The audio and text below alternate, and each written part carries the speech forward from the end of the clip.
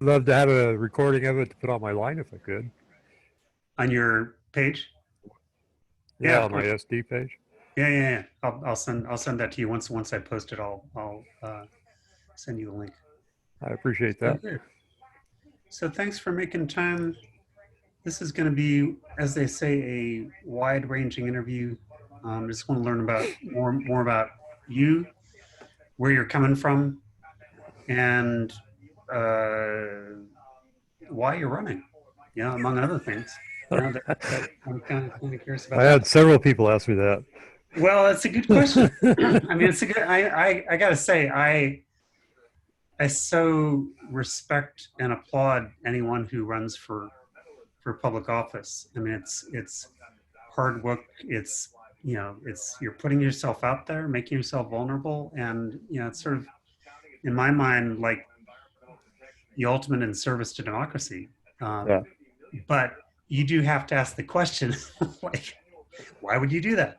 Um, so, so we'll get to that.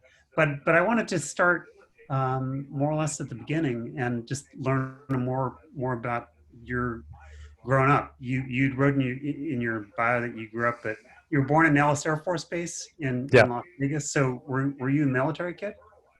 Yeah, I was military brat. I was the youngest of four boys, and we were all 4 years apart. So Wow. my oldest brother was in the army and moved out by the time I was 4 years old.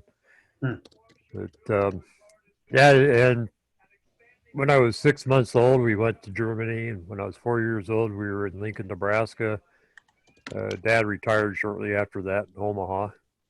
Hmm. Because they closed Lincoln Air Force Base, so they transferred him to Offutt. Then he retired out of Offutt after 25 years. Wow. Did Yeah, did you enjoy that kind of itinerant military life as a kid? yeah, because I was so young. I mean, I don't remember that much about being in Germany. Uh, I remember more from seeing home movies of it. Dad was kind of the guy that you kept up with. He was the Jones that the Smiths kept up with. What do In you? Germany, you know how narrow the streets are around there, especially back in the 50s. Huh. You know, because all the streets were made basically for horse drawn or whatever, never really improved. And he had his car shipped over. Well, his car he had bought after he got there. He had bought a '58 Chrysler, big boat Chrysler, and had it shipped over there. And so that's what we got to drive around in. And coming back, he wanted to tour Europe on the way back. So mom's got these home movies of her sitting in the passenger seat of him trying to negotiate this big Chrysler through the streets of Europe. And the stares he got from everybody, you know, talk about excess, because Europe, they have small cars. Even back then, they were small cars. So this thing was like the size of three cars, and so it was a pretty big statement of excess. But that was Dad. He was the first to have color TV, first to have air conditioning. The first to have. He bought a Buick Electra when I was just before Mom and Dad got divorced. I think it was in '63. He bought a brand new Buick Electra, had all the bells and whistles, all the buzzers and stuff. It had a little dial on it that you set so that when you started going over the speed limit, it would start buzzing. And Hmm. he quickly figured out how to turn that off. Hmm. I got in the way of his driving style. But my brother Roger wrecked that, and we didn't have it for very long. And this was in Lincoln, Nebraska, and Roger was drag racing somebody, and the cops came up and they split off, went different directions, and of course the cop followed Roger, and he climbed a telephone pole with it. Oh God. That was a lot. You knew you were in trouble when you were at the kitchen table. That was a long session at the kitchen table. But You know, so what did you learn or take away from your dad? tolerance. Yeah. Dad, gotta say, I would probably learn the tolerance from my mom. My dad wasn't a very tolerant guy. He was, he did well in the military because he had the military kind of mind. Yeah. He retired. He could have been a warrant officer, but he didn't want to be. He retired as a master sergeant. He was the Oh, top sergeant in the Air Force, and he did really good on military life, and home life was kind of military. Uh, I didn't weep when mom and dad got divorced when I was 9 years old. I didn't weep. mm. I was. It was kind of a relief. So after that, life with mom was good. I went from being middle class to being poor. Yeah, you Uh, mentioned that. I'm curious how experiencing poverty helped shape it you was at all. yeah, that was quite a change, because I went Christmas. My dad was agnostic. He really didn't believe in God, but he believed in celebrating Christmas. And I wish I still had pictures of the Christmas trees because it was just piled knee deep with presents. And Grandma and Grandpa Buterbaugh lived about 8 blocks away, so we'd go over to their house after we opened presents at our place. We'd go to their house and open presents and have lunch and dinner. And their place is just an enormous amount of presents. It was just nuts. How much money they spent on presents and stuff. And then after, that was kind of how I grew up. Was twice a year. Well, actually, once a year we got a lot. Dad didn't buy much. We got a little bit for our Christmas, for our birthdays. Anything in between, we could earn money for. Hmm. He was pretty good about paying us for doing work and stuff. Um, he was pretty strict. He was a little heavy-handed with the belt. He didn't mind using the belt. Hmm. So consequently, I grew up being the opposite way. I didn't appreciate having to put the belt to the seat of learning, as they say. Didn't Yeah. like that idea. But it was odd when mom and dad got divorced. And next Christmas, dad sent me a trinket toy, and mom couldn't afford anything. I had years where uh, I had 2 pairs of pants that I could wear to school and stuff. It's Uh, just and we'd wash them out in the bathtub, stuff like that. It was a completely different lifestyle. And when I was 16, I went back to see my dad twice a year, just like I was supposed to. That's what the court ordered. So I'd go back to see dad twice a year. And when I was 16 or 15, I had the opportunity to live with my dad. And I stayed with my dad for about 2 months and went back home with my mom. Even though we were dirt poor, I mean, there were times where, because back then the welfare wasn't quite so easy. Mom would earn too much money the quarter before, so she'd be eligible only for a little bit of food stamps. mm. And I wound up going to work at an early age to help support that. But I preferred that life to my dad's life.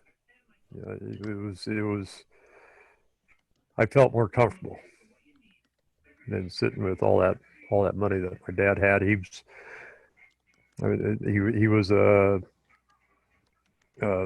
executive when he got out of the Air Force. He went to work for Northern Natural Gas, and he was in the executive offices for them. He was constantly going to school, even after retirement. After retirement, I stopped to see him on the way through from when I was in the Coast Guard, and I was going from Alaska to Oklahoma.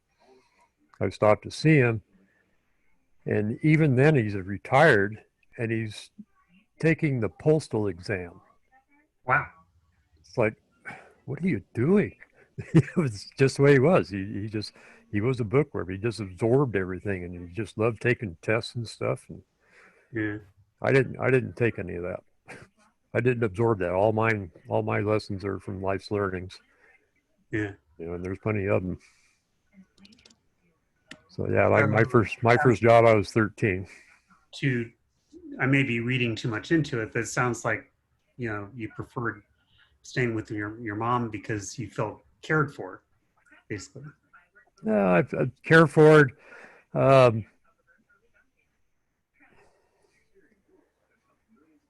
I didn't have to worry about life. I didn't have to worry about um, proving anything to anybody. Mom did what she could provide. I wound up going to work when I was 13 to help provide. We had a really good relationship. Um, it was just, it was simpler, I guess. Sorry, it was I guess, simple. I guess it was simpler because I knew I didn't have to prove anything to anybody. Whereas Yeah, dad was more, everything had a goal, yeah, and demanding. everything. You know. And you went into Coast Guard at age 18, and Yeah. you were 6 years in Coast Guard. Well, it's 4 years service, 2 years reserves. Okay, all right. So 2 years. Did you enjoy that? What did you take away from military service? Not to drink. um, sorry. I spent 4 years there. I learned that you should read the contract before you sign it. I learned that much. It's a good Because lesson, actually. yeah, it was a big lesson because when I went to the Coast Guard, I was in Denver and I was going to talk to the Air Force recruiter, so I was going to be an aircraft mechanic like my dad. You know?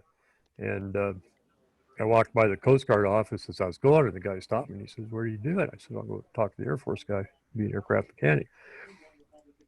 And the selling point he had in the Coast Guard was that everybody flies with the plane or helicopter. You know, if you're the mechanic assigned to that helicopter, or if you're just a seaman assigned to that helicopter, everybody flies because you have to be there wherever that helicopter goes. I thought that was pretty cool. So yeah, I took the test and I signed up and stuff and came to the end of boot camp and I was expecting to go to aviation school and well, no, it wasn't in the contract. so so I learned right then and there that you don't sign nothing without reading it because it was supposed to be there and it wasn't. Yep. So I became at the time it was a fireman's recruit. It was basically in boat mechanic. Yeah. And I spent 2.5 years in Alaska doing search and rescue, Huh. and then 11 months in Oklahoma on a 200-foot buoy tender.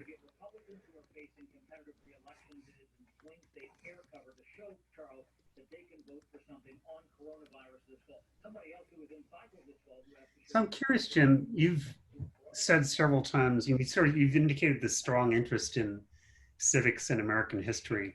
Yeah, Where did that come from? Where did it start? that comes from watching what is being taught in our schools. My wife's a retired teacher. I've been working at the Cardwell School for several years doing maintenance and janitorial services. And you talk to these kids nowadays, they aren't learning what we used to learn.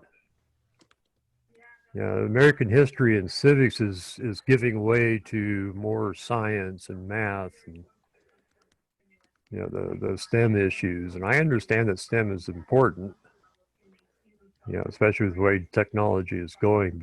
But our nation, where we come from, uh, what grew us, what the ideals of our nation is, they're important, and we're losing that. Kids have no idea. You talk to them about the Constitution. To them, it's just a piece of paper. They don't understand what their rights are. Most kids don't even read it. And, interesting story. I was supposed to give a few years back. I was supposed to talk to the eighth grade here at Whitehall on Constitution Day about their constitutional rights. Hmm.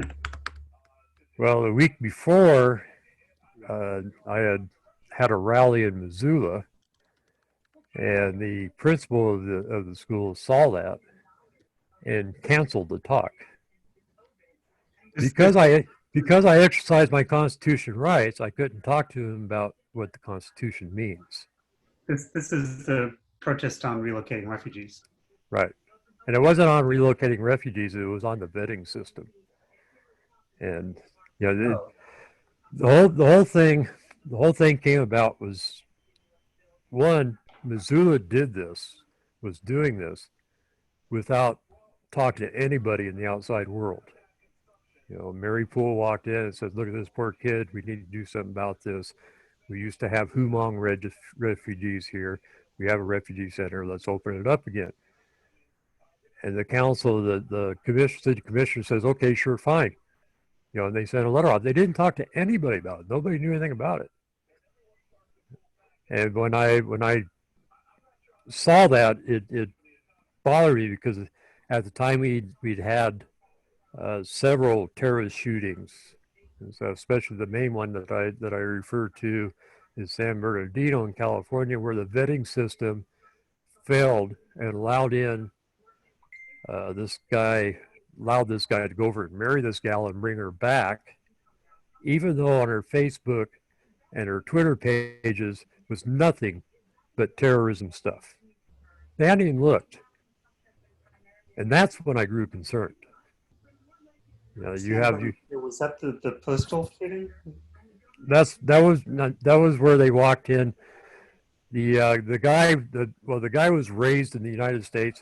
His parents came over as refugees. He was raised in the United States. He went to school in the United States. He had a good job at some place in San Bernardino. I can't remember what it was, some kind of a tech thing.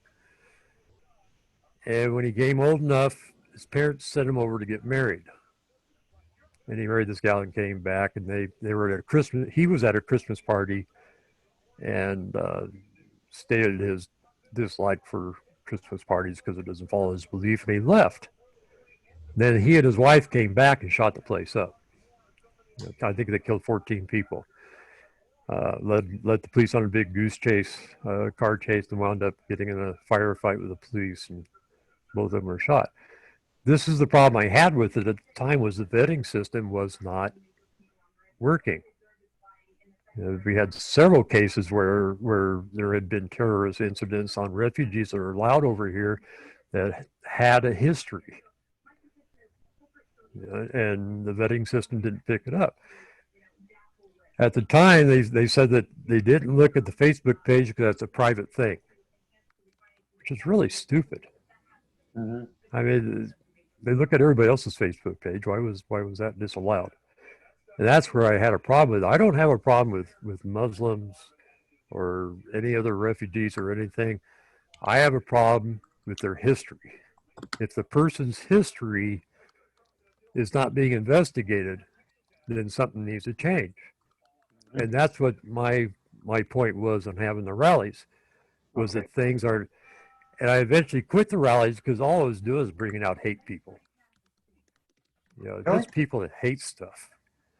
You know, that's I didn't. Hate like far right nationalists kind of thing, Well, or no, just even there were a few far righters that showed up, but there were people that would just they would show up and they'd seem like perfectly normal people, but then they blurt out something hateful about it, you know, and it's like, really, that's not what this is about.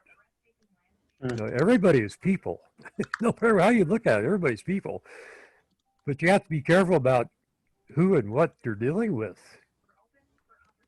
You know, that was kind of my point in having the rallies. It might have been it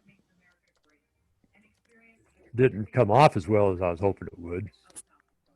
You know, and then you so got it wasn't opposition to bringing refugees to Montana per se, or about the IRC's presence per se. It was about the process that they were using to resettle folks. yeah, Yeah. that Okay. was exactly what it was. And you know, I had several talks with Wilmot Collins. Um, I met Mary Poole. I met with her a few times, John, and then talked about Wilmot. Wilmot disturbed me.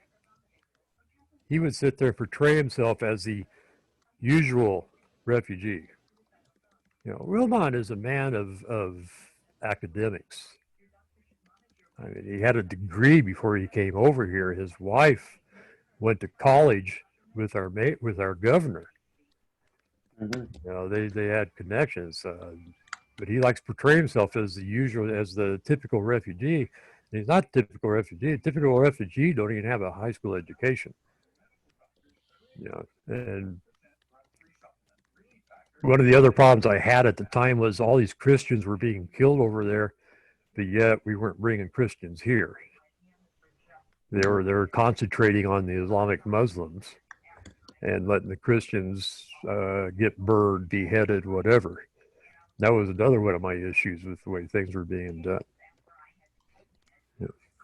Christians were being killed in the Muslim countries, but the Muslims were the They're being preferred to come over here. Yeah. You know, rather than help the Christians out, you know, they're concentrating on bringing the Muslims in. I think it was all political. You know, just to get on the good side of somebody. Mm. You know, there was a lot of stuff that's gone on in past administrations, not just the Obama one, but the past administrations that I've had real problems with, and it all has to do with politics. You know, politics. It sounds weird, but you got to take politics out of running the country. Politics is a problem. You know, look what it's doing to the unions. Unions had a good reason for being around. Now unions don't do anything but support. Well, to me, it's the opposition. They support nothing but democratic ways.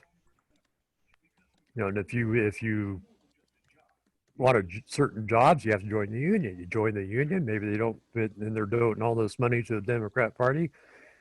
I don't like that because I'm a conservative. I don't think any union should donate to anybody. Same with the 501s and all the charity outfits. They should not be involved in politics in any way. Yeah. Jim, I interrupted you when we were talking about, because we sort of got onto the track of the rallies when you were talking about being, I guess you were barred from teaching the kids about the Constitution. Talk about the Constitution on Constitution Day. Yeah, that's when the school taught about the Constitution on Constitution Day for 2 hours. Okay. What kind of teaching is that? But but the principal said in that case, because I exercised my right and had a rally. Oh no, I can't go talk about the Constitution. Yeah, I still give him crap about that to this day. You know, he was a teacher at Cardwell School when I first went to work there. You know, and my introduction to him was he burned a hole in the floor with a science experiment and tried to cover it up for the podium. So, yeah. So you're making the point that kids today are not exposed, that we're sort of compromising civics and history in the name of STEM, and that's basically. I think that we're failing kids on that ground. I think we're failing kids greatly. We're failing our country, not just the kids, but we're failing our country by not teaching these kids what our country is. You know, you got all these people. I say this to my daughter all the time. You got all these people out there protesting because they don't have their rights. What is the Constitution about? You know, the right to pursue your happiness. You know, if you want to actually fight for your rights, use the Constitution because that's what the Constitution's there for. You know, that's it just amazes me.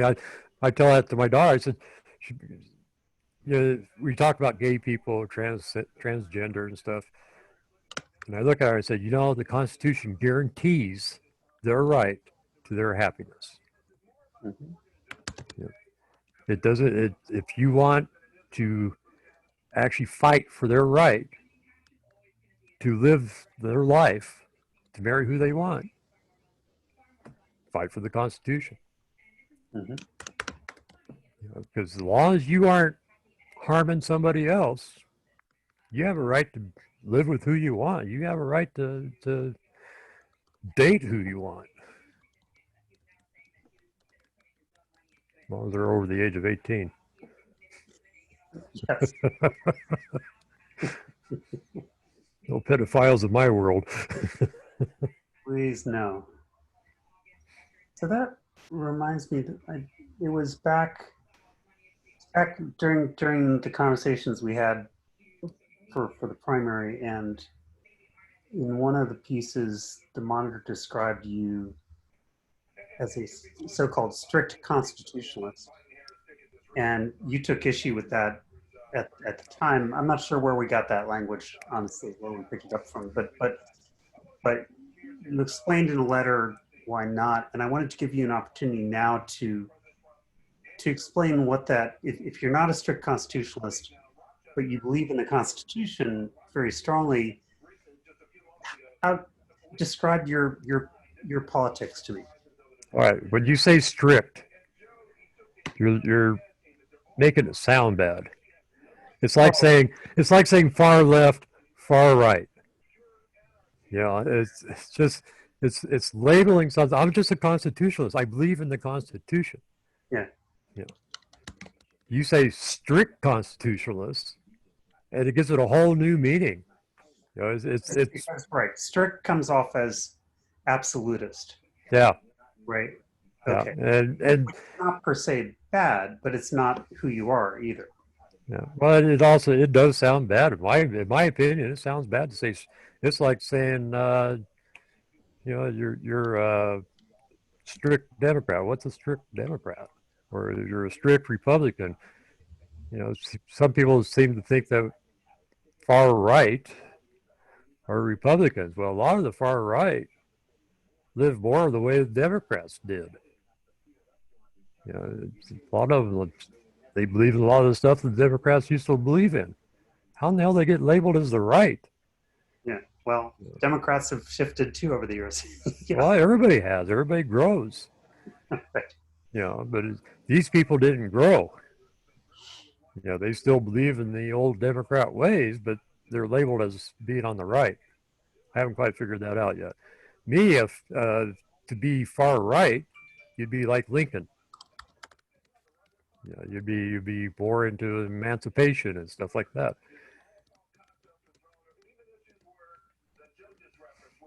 And so if I call you a constitutionalist, Conservative Republican is the way I word it.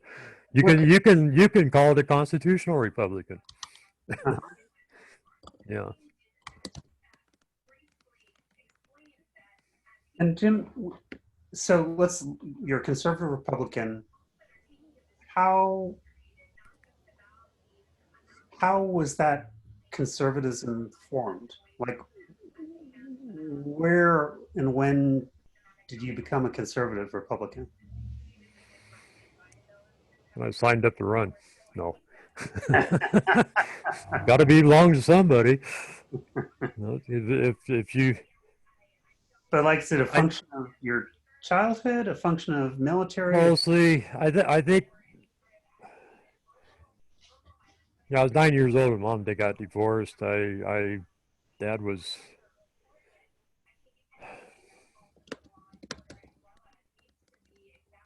see, dad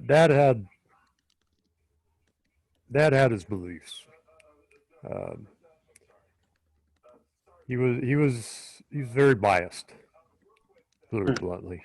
You know, hmm, black people were niggers, hmm. bikers were bad, Indians were bad. You know, give you an example.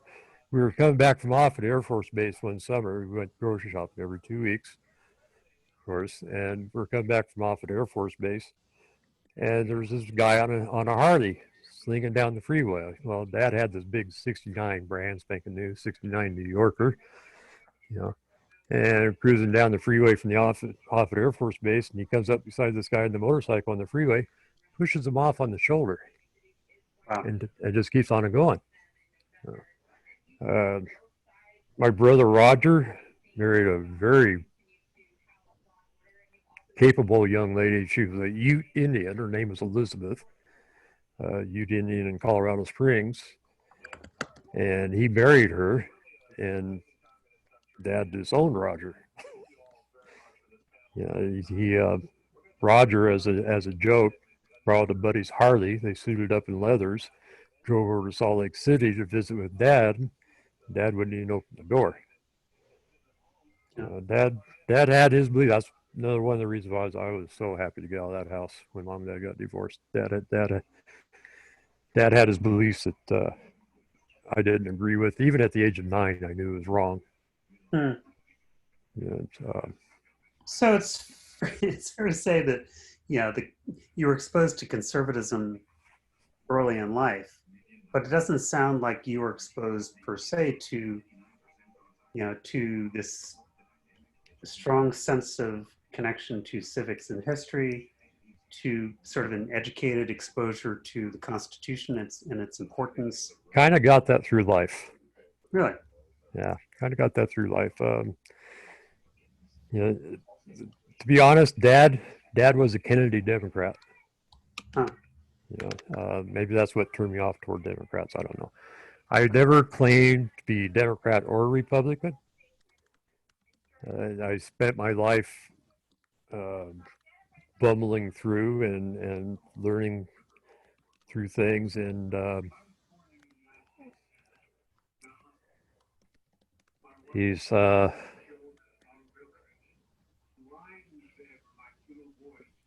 I think the biggest eye opener I had, because I was a typical kid, and when I got out of the Coast Guard and I moved to Seattle, I was working my way back to Alaska. I spent 2.5 years in Alaska and loved it up there, and I was working my way back to Alaska, and I got to Seattle, and I lived in Seattle for a number of years, and I got a job at a gas station up on Broadway and Roy. By the university. It was across the estuary from the university, and had a lot of university kids, a lot of professors and teachers and stuff. So it was a very diverse area. It was a very gay area. It was funny how we use that word "gay" for that, considering gay used to be happy. But it was kind of an eye opener for me, because I grew up in small town Colorado after Mom and Dad got divorced, and so I'd never really experienced gay before, and it was an eye opener to me when, I don't know if you want to put this in or not. I walked out to a car that had 2 heavyset black gals in it, and color never meant anything to me. It never has, never will. And I walked out there and asked what I could do. In a very deep baritone voice, the lady in the passenger seat says, "We'll give you a blowjob for a tank of gas." There were 2 guys dressed in drag. Mm-hmm. So that was kind of my opening experience to the gay world. But I've gone to parties with them. I've had dinners with them. We used to go eat at this restaurant right across the street, the Deluxe Bar and Grill. Had a very prissy gay guy that was the waiter there In and Seattle. yeah, in Seattle. Yeah, and he was just funny as could be. He played as gay as, I mean, he was totally feminine gay. He always wore leather lederhosen, with panties on. He had not silk, probably nylons, but he had nylons on, and he had this real short leather lederhosen that he would wear, and he would just prance out, and he'd just play that gayism, and he was just funny. We had so much fun with him. It's just. So when you said that episode at the gas station was eye opening, in what way? I didn't expect 2 guys dressed up as a woman to begin with. I mean, where I grew up at, that didn't happen. Unless it was Halloween. Now you can't do that because you're causing problems, which is stupid. But it just, that was like the second day on the job. I'd been in Seattle for probably about a week. It was second day on the job, and it just really caught me off guard. And had a number of things that went on there. We used to have one guy that would get off work and he'd go in the bathroom and he'd come out. He's just gorgeous, a gorgeous woman.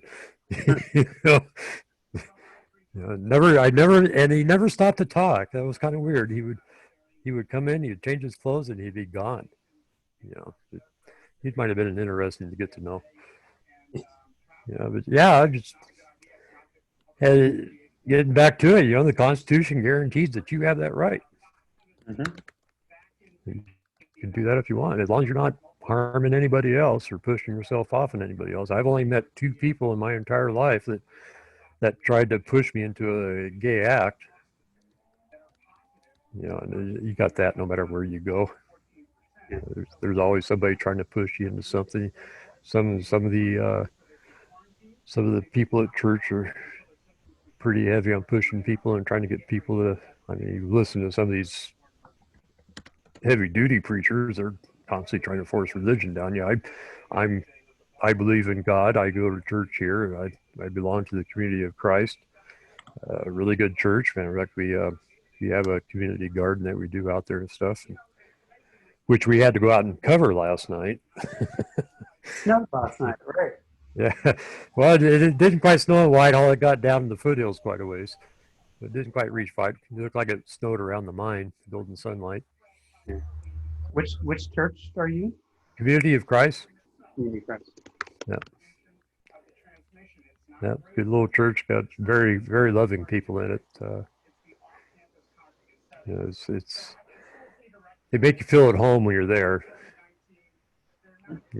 We got involved with it because our daughter, they used to have on Thursday nights, they have what they used to call pioneers. They don't do it anymore. People don't come, but it was kids come to do projects and stuff. And our daughter went to that. And on Wednesday nights, they would have what they called pizza church, where somebody fixed dinner for everybody and everybody came around. We sat around and talked and ate and stuff. And that's kind of how we got involved with the church. And their mission is basically a mission of love. They accept anybody. They accepted me, so they must accept anybody. So Jim, I want to return to the question we started out with, which is, yeah, what was that? You're 65, is that right? Right. So you're 65, and this is now the first time you're running for office. So first time ever. Why are you running, and why now? What's at stake? So I spent 6 years talking to people about things that are going on. There's I mean, you look across the country, especially now, you look across the country, and it flat scares the crap out of me. I look at these cities, they have riots and stuff, and they aren't doing anything about it. You can't deny that. They're not doing nothing about it. Look at Portland. Portland's been having riots for 100 nights. Not the protests, the riots for 100 nights. They do everything they can to blame President Trump, except fix the problem. They had riots for 40-some nights when the rioters tried to burn down the federal courthouse. Well, then the marshals came in. Trump sent marshals there to protect the courthouse. Well, now the riots are happening because of Trump. Oh, bullpucky. The riots were going on before Trump. The riots have been going on in every city. Then they came around like Helena. Helena tried to defund the police a bit. They tried to do away with the police officers in the schools. What kind of sense does that make? It's just what I've seen going on in the last 6 years, and nobody's. I mean, I could talk to people, and they say, "Oh yeah, that's bad. That's terrible. We got to do something about that," but they don't. They go back home, they have dinner, and forget about it and watch TV, CNN, Fox News, or whatever. They're all the same. And I got tired of talking and nothing happening. I mean, we need to do something with our taxes. We're losing our tax base to internet. You have the problem with the indigenous, missing indigenous women. I mean, it's just I sit there and I watch that happen. You know, all these girls disappear, and nobody does anything. You know, what's up with that? What kind of life is that? Yeah, CSKT Compact. I've been watching that for the last few years. Yeah, that I have problems with. Say that again. The what was that? CSKT, the combined Sahaj Kootenai or CK no Yeah. CSKT compact about the water rights. Hmm. You know, they come up. It was nuts. The tribes come up and say, well, we have Aboriginal water rights in 2015 or 2014. They come up and say, well, we have Aboriginal water rights to 3/4 of Montana. You know, 3/4. It was,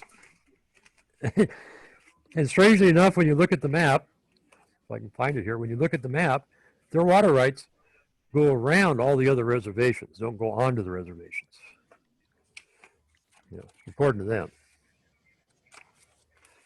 And then, so they can claim this, and I look into it. The Department of Justice, the United States Department of Justice, has over 10,000 filings on CSKT Aboriginal water rights that they're holding. Why? BLM has a couple thousand that they're holding. Why? And what gives them these water rights? You know, I thought water was for everybody. You know, Lake County is only there because the fact that uh, people were able to buy land from the Indians back in 1855 when they made the Hellgate Treaty, the Treaty of 1855.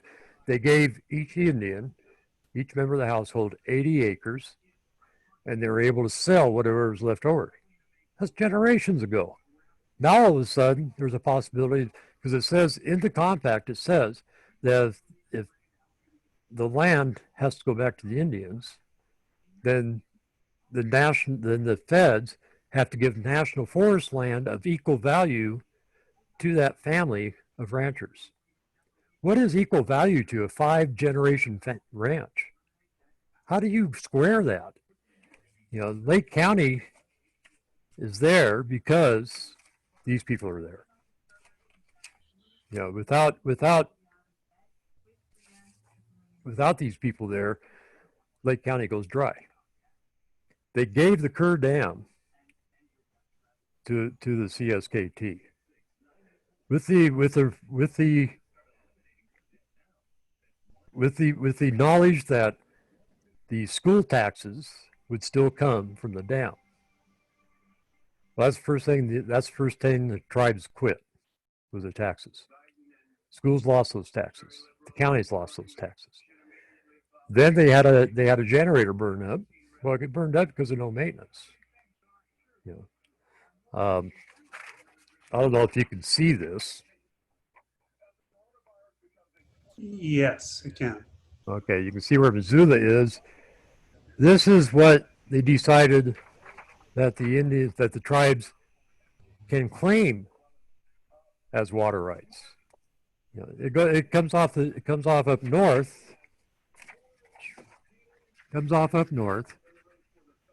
and runs all the way to Butte. You know, it's, So I'm curious. Does the state legislature have anything to do with this? the state legislature has something written up, and they sent it on to Washington for approval, and there, Daines and Chester changed it. Once it's changed, it's supposed to come back for approval to the legislature. Well, that didn't happen. They added in the Buffalo Prairie thing, the Prairie League deal. They added that into it. Yeah, you really need to read it. It's easy to find. Yeah. You could just type in CSKT Water Compact and read it, and you have to study some of the treaties along the way, starting with the 1855 treaty And there's 1905 or '08, and there's a 1910 and 1935. If the government would quit screwing with it, everybody would be happy. But government can't do that. You know, anytime the land becomes valuable, then the natives lose out. And that's wrong. So returning to the question of Yeah. why Why I got involved. why you want to run, basically you see a lot going wrong. I see a lot of things that bother me. Sanctuary cities. What on earth? Where on earth does anybody think the sanctuary city is a good thing? You know, when you circumvent the laws of the United States in order to be able to harbor criminals, and you can't tell me that doesn't happen. I mean, you look down there in LA and Frisco and how any place where sanctuary cities, you got criminals, hardened criminals that are being protected because they're here illegally. Well, that's you aren't doing anybody a service but the criminals. You know, the people that elected you to be a representative of them certainly aren't getting their money's worth. You know, there was, like I said, the election integrity. I have a lot of problems with some of the ways mail-in voting.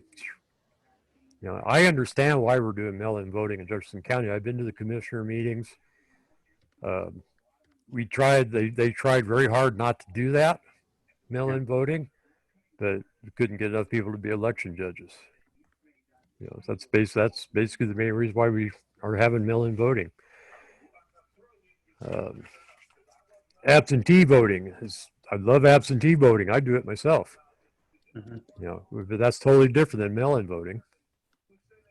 And so the problem with mail-in voting for you is what? It sends out a ballot to whoever is on the register. If that register hasn't been cleaned up, you know, then it's got dead people on it. It's got people that's moved. If it, you know, okay,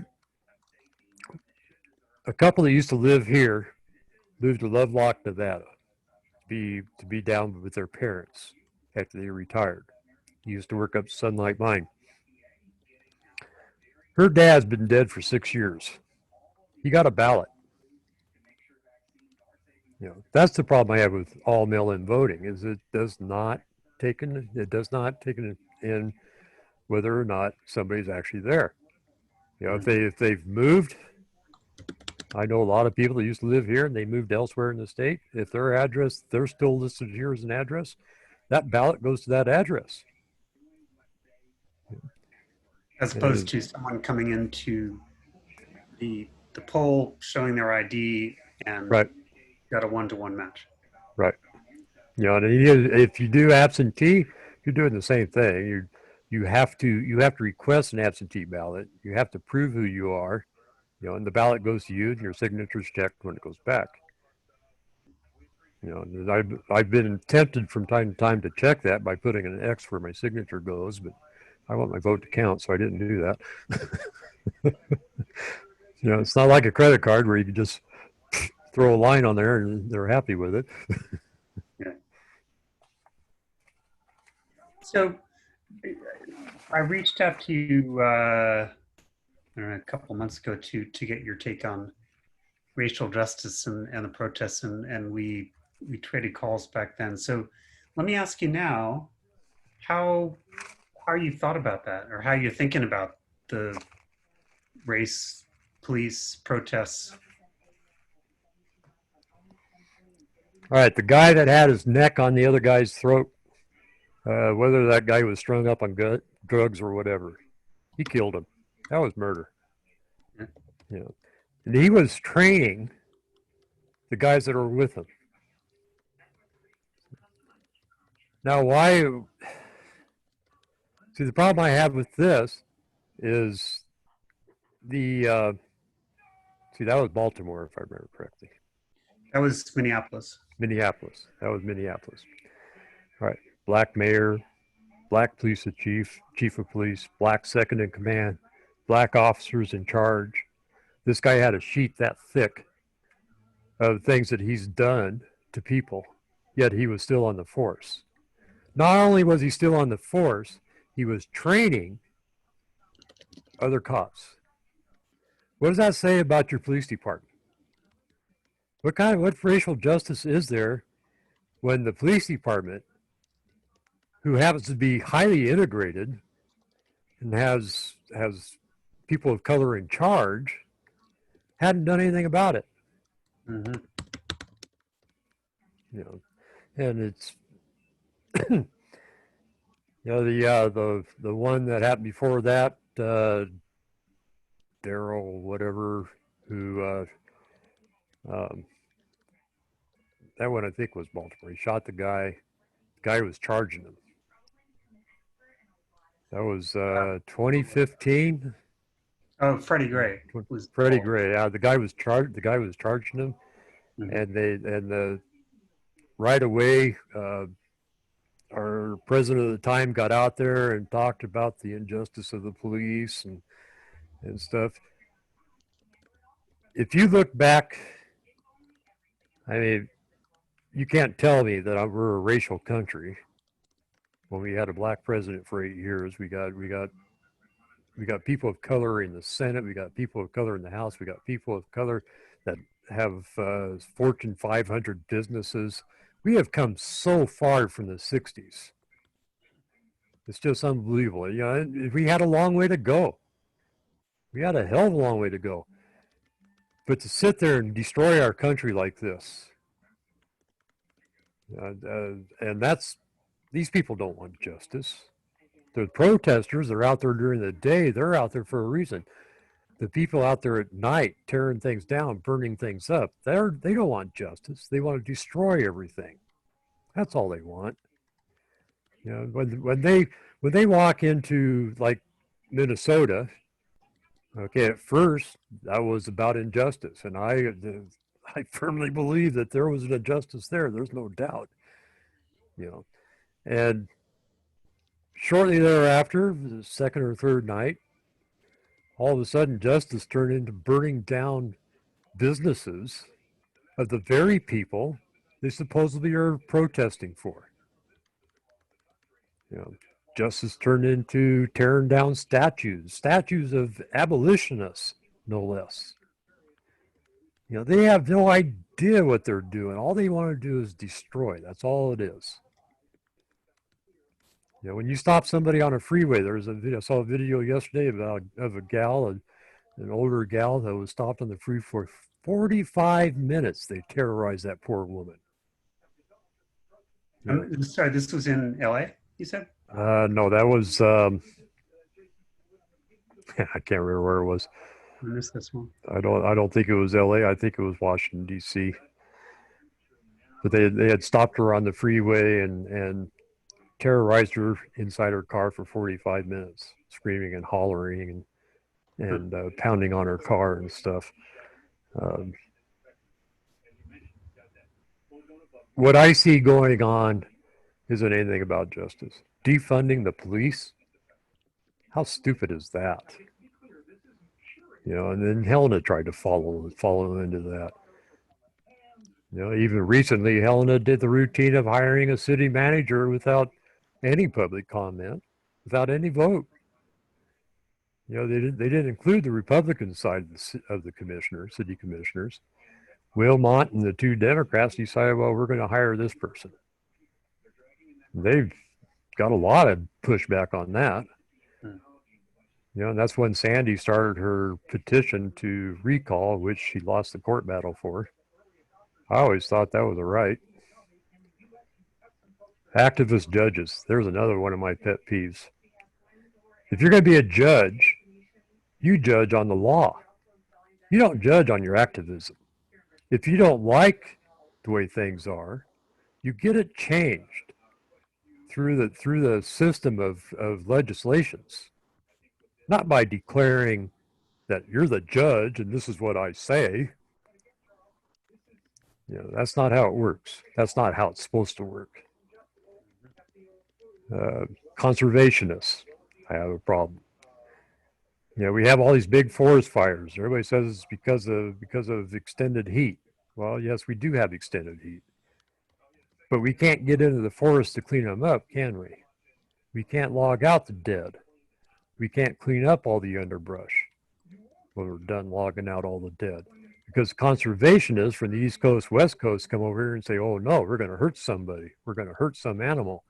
Well, what happened to those animals when we have thousands of acres burn up because we haven't been able to get in there and clean it up?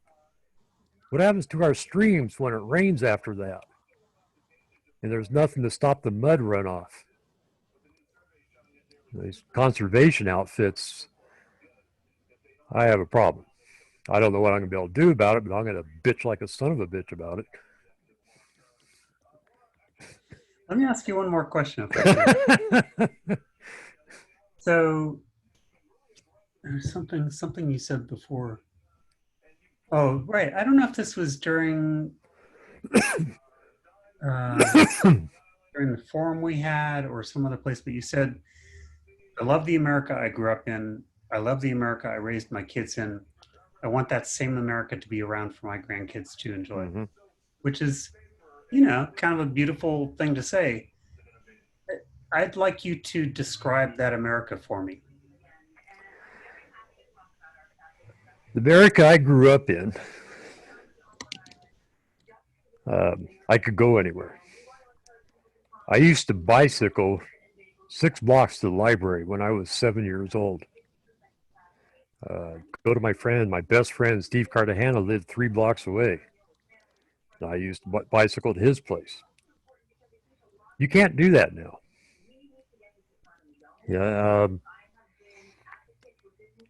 especially in big cities. God, I wouldn't let my kid outside the door in a big city. You just there's too much gunplay, too many pedophiles running around.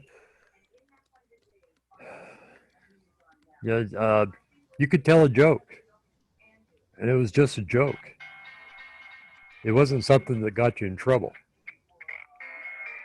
You know, one of my favorite jokes when I was in the Coast Guard was, um, if you were working with somebody and they forgot how to do something, you just look at them and say, God, you're just like a Pollock. You give you a coffee break and you forget everything. You say that now, you're going to get your butt kicked. Yeah, you can't. It's just a joke. You know, um, my last name's Buterbaugh. I mean, I came out. I had a lot of jokes. I spent my whole life being ridiculed and joked about, and it's just a joke. I can laugh right along with them. But you can't do that anymore. I understand the problem of saying nigger. I understand that. That is totally out of bounds. But if you can't make a joke about something just because it's going to offend somebody on the other side of the planet, well, things are getting a little overly serious. So it sounds like the America you're talking about is sort of anchored in a sense of safety, a sense of personal liberty. Personal liberties, Yeah. safety, respect for life. Uh-huh. You know, growing up, you didn't even talk about abortion, let alone pay with it with your taxes, which is something else I have a problem with. Everybody says, well, you're not paying for abortion. The Hyde Amendment doesn't allow that. Well, okay. My $500 million in tax money is going to pay for electricity at Planned Parenthood, while they pay for millions in abortions. Well, now if my $500 million in taxes weren't paying for that electricity, would they be able to afford them abortions? No. And I understand abortions in case of incest, rape, uh, health, medical reasons. I don't understand abortion in place of a rubber.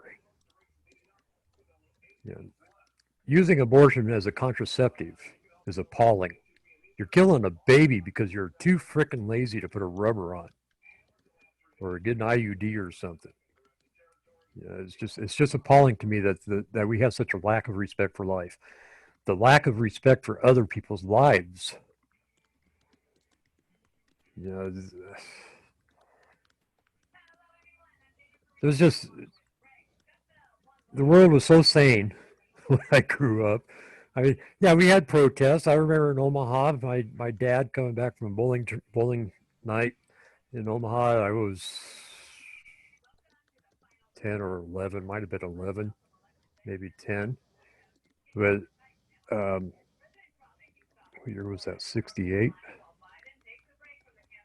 67 or 68. But they had a riots in South Omaha where the in the minority section of town.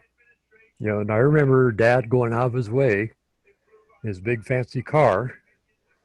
I had to be 69 because he had that New Yorker, that big Chrysler, and he went out of his way to drive us through that so we could see what it's like. Hmm. And his words were, and this is what the black people do. His words, I don't know if I really want you to use very much of this, with the way my dad was. It was just appalling to me. It's like even at that age, I'm thinking, well, why are they doing that? I was 13 years old, get ready to go on 14, and I'm thinking, well, why are they doing this? This isn't normal. This isn't what people do. You know? Again, distinguishing protest from violent riot. Right. Right. Well, to him, this is the way black lives are. They go out and they just tear things up. To him, when I was in Seattle, I got to live in South Seattle for a while, and and this just sounds so irreprehensible when you say it, but I actually had a lot of black friends. you know, here in Whitehall, I hired a guy one time. I used to manage the Town Pump restaurant here, the Country Skillet, and I hired a guy that was part black. Mm. And I never really thought much about racism in Whitehall, you know. But I hired this guy. I had a bunch of customers that wouldn't show up. Mm. That shocked me. That really took me by surprise. How long ago was that? Let's see. When did we close it? They closed that restaurant in 2002. I think it was around 2000, 2001. That's really interesting. Yeah, I was really surprised by it. But the healthcare thing, education, geez, even sex ed in school, not in elementary. There's no reason to have sex ed in elementary. These kids will learn how to live together. They don't need to have that. When you get into junior high or high school, I guess they call it middle school. If you want to start introducing sex ed, fine. You don't need to bring up. You don't need to bring up education as far as how it happens, or how enjoyable it can be. You don't need to bring any of that up. You teach sex for what it is, what it can produce. Let the parents take care of the rest of it. That should be the parents' option. The parents should be the one to decide how much their kids need to learn about sex, not the schools, not the teachers. Yeah.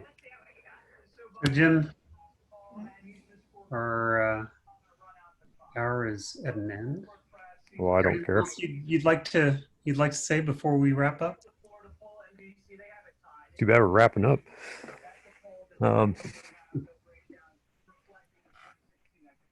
Yeah, it's the same as I always say. I'm a 30-year resident of Whitehall. I have a very strong belief in the Constitution and what it's done for this country. I think if people actually took the time to learn what the Constitution is, they'd be a little more respectful toward it. I think that anything that we do has to reflect the Constitution has to reflect our deck. It has to reflect where we came from. Um, yeah, when we're passing bills and stuff, we have to take into consideration what it means to our future, not just the here and now. No, it's easy to throw money around and say we'll take care of it later, but how are we going to take care of it later? Especially now, since we have a dwindling tax base. Every time we lose a business to online, that's taxes that goes down the tube. Mm-hmm. People say, well, somebody has to pay taxes on that property. Well, if there's nobody there to pay the taxes, who's going to pay it? They're going to have to increase property taxes on everybody else. It's like healthcare. Um, I heard a Bullock ad today and yesterday that says that Danes has cost the people of Montana $1,300 a year because of how he treated healthcare. Well, let's talk about the CARE Act. The insurance that the wife and I got through the schools with the introduction of the CARE Act went up for better than $400. Our deductible went from $1,500 to $5,000. Mm. How is that saving the average person money? I have a sister-in-law that was just loved the CARE Act. Well, yeah, she liked it because she was able to get her prescription super cheap because she's on the lower end of the pay scales and stuff, and didn't cost her much. So yeah, she was happy with it. People that can afford it are happy with it. I'm happy that it helped other people, but it cost me, and there was a lot of times we put off going to the doctor because $5,000 for a deductible. It went from $847 or something like that to over $1,200 a month. Mm. That's nuts. That's your premium for just a That's couple? through the school for a family of four through the school. I had one guy that contacted me on my campaign page and says, well, what are you going to do about health care? I'm a teacher and I can't afford it. What are we saying to the people of this country, the people that are supposed to be educating our kids, when they have to take a second job because they're not being paid enough to teach our kids? They go through school for years so that they can have two jobs, or they teach for 10 years and can't afford the insurance because the insurance is too expensive because we're paying for everybody else. Well, yeah, because we're paying for everybody else. So it's nuts to me. It's nuts to me. They want to raise minimum wage. Okay, let's raise minimum wage. Well, where's the money going to come from? How are you going to pay that person when you jack minimum wage up for $15 an hour in a restaurant? How are you going to pay that dishwasher? How are you going to pay that dishwasher if you jack it up to $15 an hour for a dishwasher?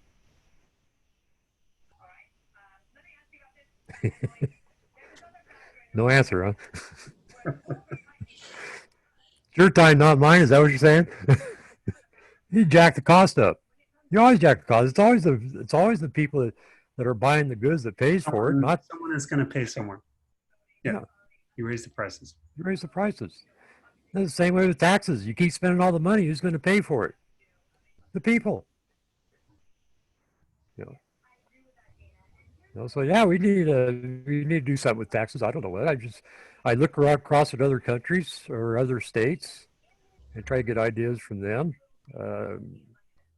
You could look at Wyoming. Wyoming's got a sales tax. That's all they got.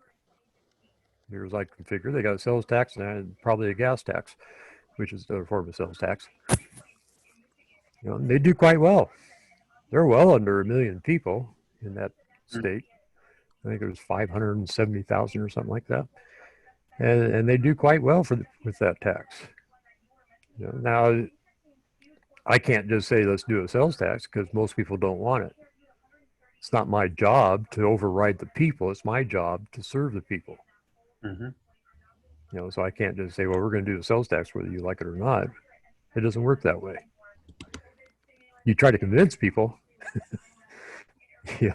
It's just like laws. If you don't like the laws, you got to figure out how you're going to get it changed. If you don't like the tax structure, you got to figure out how you're going to get it changed. Right. Which would be your job. which would be my job. It'd be my job to talk to other people and see how other people would receive or what their ideas are. I got one that I have several friends that push a flat tax, 9% or whatever. It's just a flat. Everybody gets taxed the same, Mm-hmm. and nobody gets any money back. That's another thing is this pay your fair share. I have a problem with corporate welfare. I'm not too sure why corporations get big money because that doesn't make sense to me. So I have a problem with corporate welfare, but I also have a problem with people saying pay your fair share. They pay, but they don't get back. All my life, until I hit a certain point, I got my money back. Most people on the lower end of the spectrum get their taxes back at the end of the year. It's kind of like a savings bank. I used to claim zero just so I got a big chunk of money back at the end of the year. It was pretty nice. Yeah, I could use it for buying a TV or whatever, or going on vacation. And now they got to pay the fair share. Well, when these rich people pay their taxes, 25% or whatever, I think it's 23% now, just in the regular taxes, they don't get that back. It doesn't come back to them. It just goes away. Most of the United States is paid for by the money generation, the people with money. A lot of the rest of it is, people get their money back. So there's that. Another one of my least popular thought patterns. You got a lot to do if you're elected. I need to live longer. But Jim, thank you for this. Thank you for your time. All right. Well, thank you. I appreciate it. And I will. I'll let you know on the doing another forum. That would be with Edie. I'm guessing first week in October is what we'll aim for, because I think ballots are going out on the 8th. I think that's right. So we want to do it before then. But anyway, I'll stay in touch about that. Yeah. Whenever you're ready, I can be ready. Well, whenever you're ready. Well, tonight. Not that soon. Oh, twice. All right. You take care. Thank you. All right. Thank you. Bye-bye.